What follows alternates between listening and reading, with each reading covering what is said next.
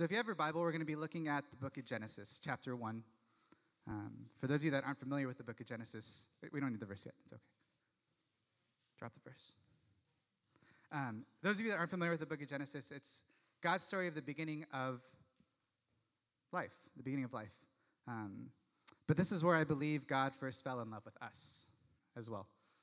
So will you join me as I pray, and we'll continue on. Lord, thank you for today.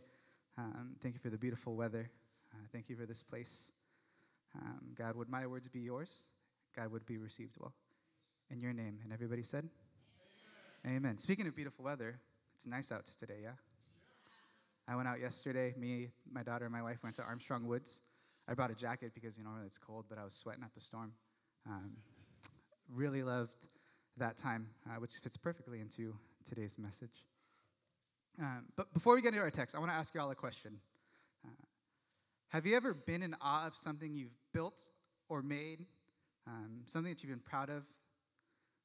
For you New Age people, this may be called a DIY, a do-it-yourself project. So just think about it real fast. For some of you, it may have been this really great meal. It doesn't have to be a project. It can be a really great meal, like a Thanksgiving feast. I know Angela, shout out to her. She does amazing food. That's her passion. For some of you college students, it may be like the most perfectly cooked Hot Pocket. Like all the way through, no frozen cheese, pepperonis in there. I've been there, trust me, I lived off that right here. So for some of you, it may be this really nice DIY project that you went to Home Depot, spent like a couple $100s of supplies on, spent 30 hours of manual labor. You look at it, it's beautiful, and then you realize, you know what, I could have gone to IKEA, Target, spent less time, spent $30, called it a day. Right? So we have some of those things in our mind. Whatever you made, you're probably really, really proud of it, right? You take pride in what you do. Who wouldn't, right? It's all like, that's mine, I own that, I did it, my blood, sweat, and tears went into that. Or your burnt mouth, one of the two. For me, I think back to a missions trip I went to in 2013 when I was a youth leader. I've done quite a number of mission trips. For whatever reason, this one sticks out in my mind. It's the most recent one, but I'll explain to you why. It's my awe moment that I remember as kind of that, nice, I built something, I did something. So for those of you that don't know what a mission trip is, let me set the stage. So it's basically a group of people, generally from a church or some sort of feel-good place, to do work for the less fortunate, whether that's serving them, like we do with Noah, building a park, well, not building a park, but maintaining a park like we're going to do across the street, or it could be full-on building something from the ground up. Most of the time, it's going to be in that less developed part of the world, or a place that just needs some TLC. So in this mission trip in particular, I went to Mexico. Like deep, deep Mexico. Like, I don't even know where it is on a map, Mexico. And I'm Mexican, so sorry. But so when we got there, we got set up on we had a group of like 15 kids, 4 leaders, and then like 10 adults that actually knew what they were doing. So when we got there, we got set up in our campsite lodge for the week, and then we were told, you know what, we're just going to spend sunup to sundown, and we're going to build a house. I'm like, cool. And then we met the family, and I'm like, man, family, I don't know what we're going to do. I don't know how we're going to pull this off, but we're going to do it. So it was a great family of 3, and they were expecting a fourth one. They were expecting their second one to make it 4. So I speak Spanish, so I was explaining to them what we were doing, and they got really excited, but they'd also like seeing me like, you don't look like you know what you're doing. And I was like, I was trying to fake it till I make it. So we had 1 week to build this, just one week. So I told the kids, you know what, guys, we got this, we can do it. Great. They didn't believe a word I said, because I am not that kind of a person. But luckily, we had the people that knew what they were doing. So I met with them. I was like, hey, guys, we got this mission. We got to build a house. What are we going to do? And they're like, you know what? We're going to take the building of the house piece away from you. I'm like, well, so what do I get? And they're like, you know what? You look really good, and your team looks like they know what to do, so we're going to have you paint. And I'm thinking to myself, paint? Do I get to at least draw really cool designs on there? And they're like, no, just here's your one bucket of paint. Go paint the house once we build it. I was like, cool. So I went from wanted to lead everything to painting. And I had my tool belt and everything. I had my hammer, my saw. I was ready to go. I wanted to show my students that were with me. I was like, I'm ready to go. We're going to do this. And then I had to go to them, hey, guys, we're painting. And they're like, okay. But then eventually, once we, started building stuff, we were able to get on the roof and hammer in the fixture and everything. So I got to use my hammer. But most of my energy was spent in painting and controlling the teenagers to make sure they didn't paint each other. Sun up to sundown, at least 10 hours a day. And you can imagine with teenagers, controlling them for 10 hours a day to stay focused is not a good thing. I'm not excited for that day when my daughter's a teenager. But we got to use some power tools. We got to build stuff. But by the end of the 7 days, as the week went by, we built them a house. I wish I had a picture, but if you follow me on Facebook, go there. Because I do post my whole life on Facebook, so my mission trip pictures are there. I really did paint. I really did lead youth, and we really did build a house. And the house had running water. It had electricity. It had the 4 walls and a beautiful painted walls by yours truly. And we gave them an outhouse, and if you don't know what that is, that's okay. You don't want to know. We made them an outhouse as well. So we built that, and I look back on the trip, and I'm like, on Monday when we got there, I was like, I didn't believe that we could build a house for this family from scratch. We had wood, we had teenagers, we had semi-contractors, we had a slab of foundation, but we built a house in 1 week. And I look back at that, I'm like, wow. That's why it's my awe moment. Not because we built it, but because at the beginning of the first day, I didn't believe we can do it. But by the end of the week, we pushed through and made it. And we got to bless the family, which is awesome.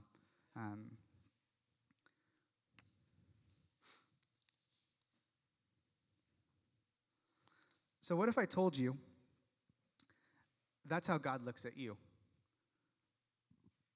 1 week you're feeling this, but by the end of the week, God is encouraging you and saying, you know what? That's awesome. You're great. You're very good. Right? So that thing that I made you think about earlier, what if that's how God looks at you right now? What if I told you God looks at you and says, I created something very good? So for those of you who are in this place of life where you're kind of in a rut, you're feeling like you're not worth something right now, or you're feeling down on yourself, I'm here to tell you that God created you, and he did not mess up.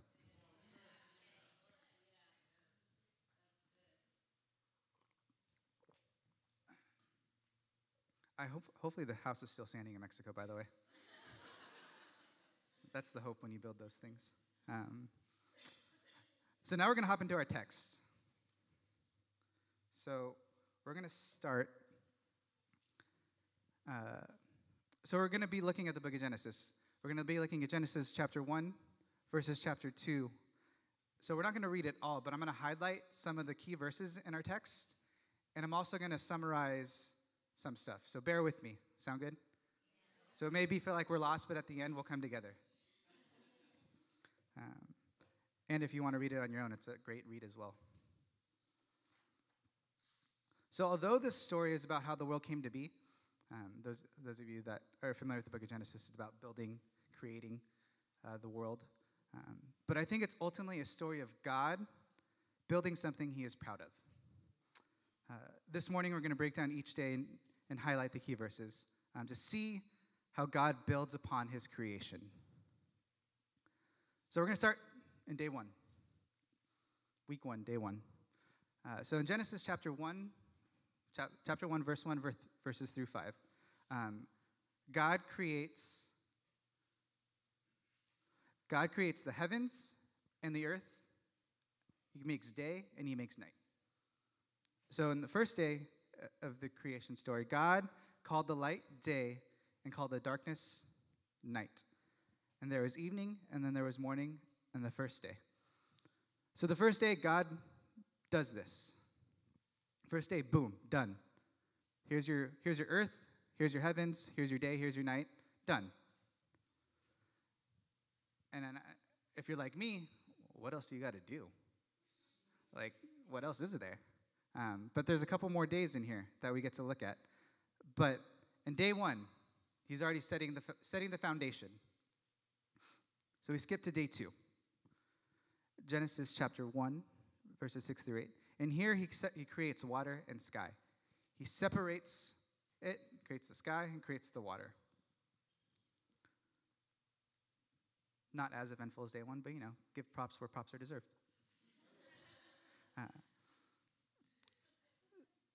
On day 3, this is where we start to see the verbiage in the text change. We see God's vision for his creation take a turn for good. So on day 3, chapter 1, verses 9 through 14, God creates a couple of things. He creates land. He creates water formations. He creates plants, and he creates trees. God called the dry ground land and the gathered water seas. And God saw that it was good. So this is the first time in the text that we're reading today that God refers to something saying it was good. When I thought the first 2 things were pretty good. But this is the first time he says it was good. So he makes the mountains.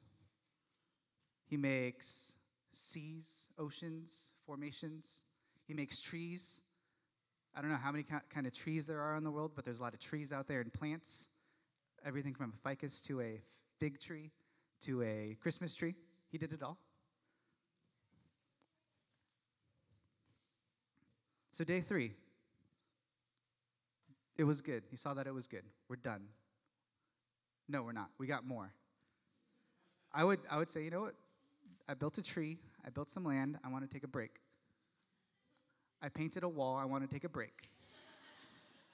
No. God said, I'm going to build more.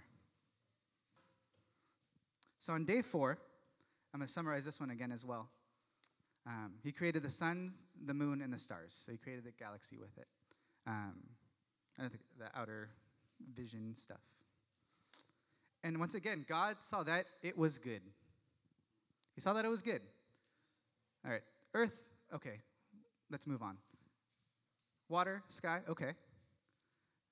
Mountains, trees, plants, vegetation, it was good. Yeah, it was good. Now I'm going to build this. It was good again. So on day 5,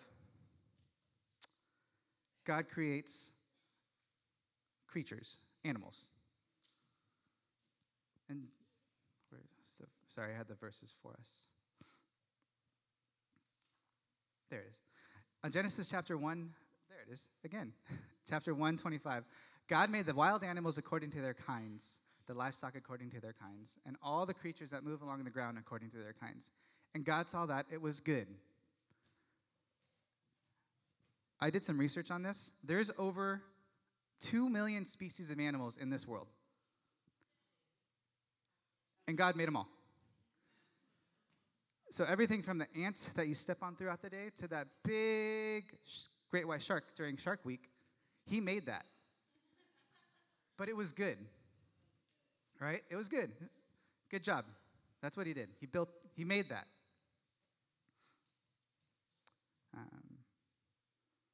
But he wasn't done. He still had more. And so we're going to spend the rest of this morning on day 6. On day 6, this is where we see the text change again on the 6th day. This is where we see God, you know what? I did pretty good the first 5 days. The 6th day is where it's going to happen. So in chapter 6, we're looking at verses 1 and Genesis chapter 1, verse 27. There's a lot of verses going into this, so sometimes they get confused in my head. So in day 6, God created mankind in his own image. In the image of God, he created them. Male and female, he created. So day 6, he's like, I did all these things. It looks pretty cool, did pretty good, but I need some being to take care of it all. So he created man and woman. I'm fortunate for that. We wouldn't be here if that was not the case.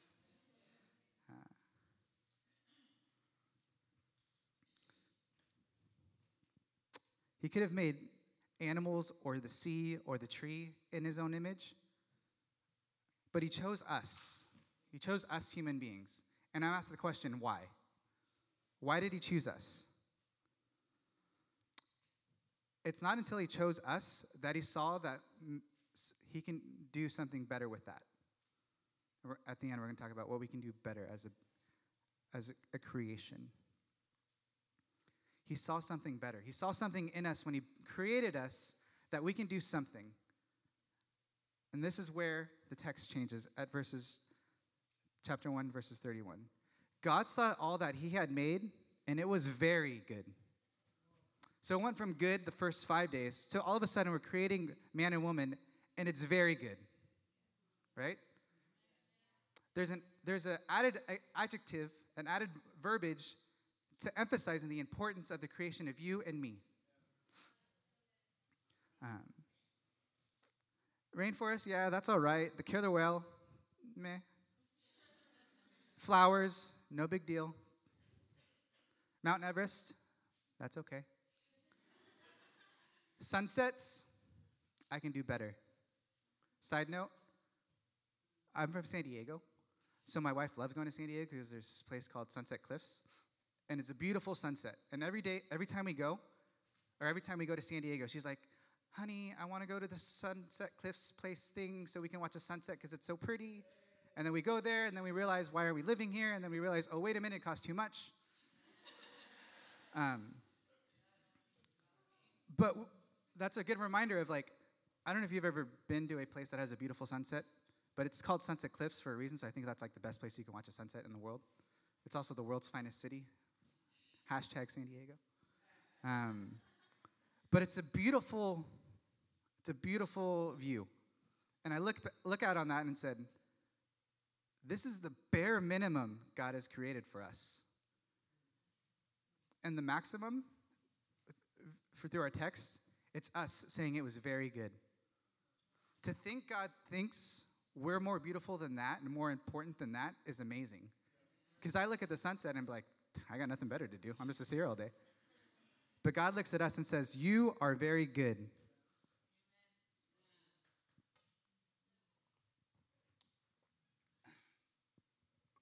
There's also an added element here of trust.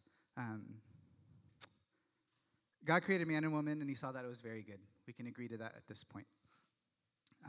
Not just good, but very, very good. He emphasizes his proud moment of creating humans by saying very good. And I believe this is intentional and important in his creation story. Because he makes nothing after this. He doesn't make he makes a day of rest, which I think is well-deserved after all that. He created all these really cool and amazing things prior to man, but he chose us to be created in his image. God trusted us to be the face of the earth. We are a representation of him, and that was stated from the very beginning. Good beginnings is the title of this message. That's a good beginning, amen? To think God created me, empty me, broken me in his image to represent his good creation? Come on. Right? Is that resonating with anyone? Would you believe me if I said God is in more awe of you than the thing you thought of earlier?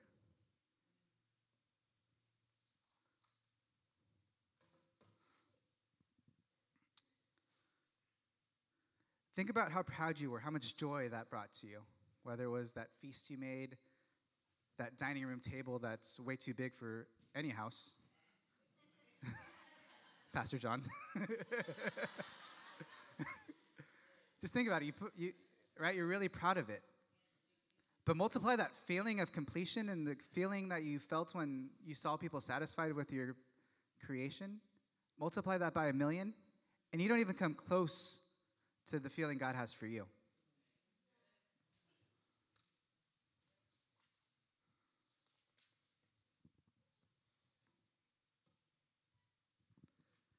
God's love story for you started in the beginning because he saw that you were very good. He created you perfectly in his image. He gave you the right hair or lack of hair. He gave you the physique. He gave you the personality that you have. He gave you whatever else makes us all different. He gave you all that. Don't think less of yourself, because he thinks the world of you. He looks back on you and he said, I've created enough. I don't need to create more. I trust you to do great things, because in day 6, he tells us, I entrust you with all my creation. Exclamation point. So through this entire message, I hope that you get the point that you are very good to God. So now what? I'm just going to leave here feeling good, like I'm an important creation. That's how you should feel. But I think there's more to it than that. So in our last few minutes together, I want to share 2 little nuggets, 2 little takeaways to put this idea into practice. Janice is going to come on up and play some tunes. So the first one is this. God's image is reflected by your actions. 1 John chapter 2, verse 6 says this. Whoever abides in him ought to walk in the same way in which he walked. Let me sum that up in really layman terms. Walk the walk. If you're calling yourself a Christian, you're calling yourself a follower of Christ, you better act like it. Because God designed you at the beginning to do that. He built you in his image. So you need to walk that walk. Sure, we're broken and not perfect, but we can fix it. We can't draw people closer to God if our actions aren't lined up with his word. So my challenge to you is maybe it's time to push the reset button in your life. Maybe it's, you know what? I need to change my circle of friends. I need to change what I do on the weekdays. I need to change these things that I do to get in line with God's heart. Because from the beginning, he had something very good for you. Which leads me into my second point.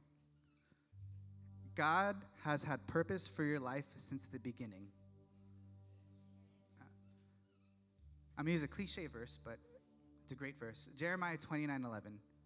For I know the plans I have for you, declares the Lord. Plans to prosper you, not to harm you.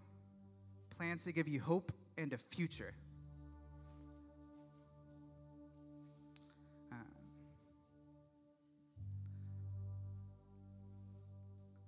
God built you to do amazing things. Trust that he has plans that are beyond belief for you. I'm going to give you an example from my life in a moment. But this challenge here, you need to pray earnestly, pray daily, and pray that his will be done. Because although you may want something, from the beginning, he might wanted something different for you. So me and my wife, we wrestled with this through our life together. We've been married for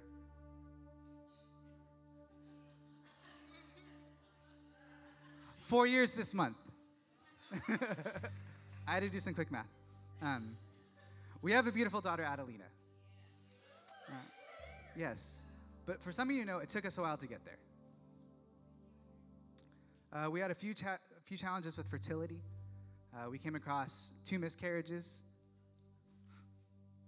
And as you can imagine, it was really, really hard to think positive through that, to fight back tears, to wrestling in tough conversations, to ask for encouragement and support from your peers and your friends. It was hard. And we held on to that little bit of trust and little bit of faith that we had in that, because we knew God wanted us to have a family. That could look like in multiple ways, and we were open to that.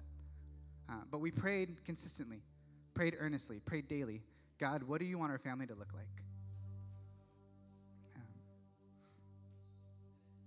It was with the help of our church, our family, our friends, and the constant reminder that God has plans for us that helped us get through that time. I'm not going to say it was easy, because it wasn't.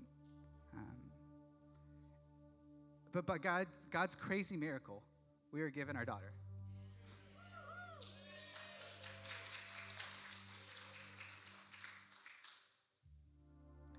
We trusted.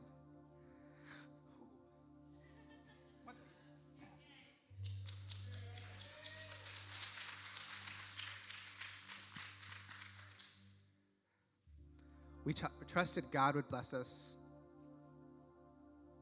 in His plan. And we're so open to whatever that looks like moving forward. And we pray daily, God, what do you want to do with our family? And what do you want our family to look like moving forward? That's my challenge to you.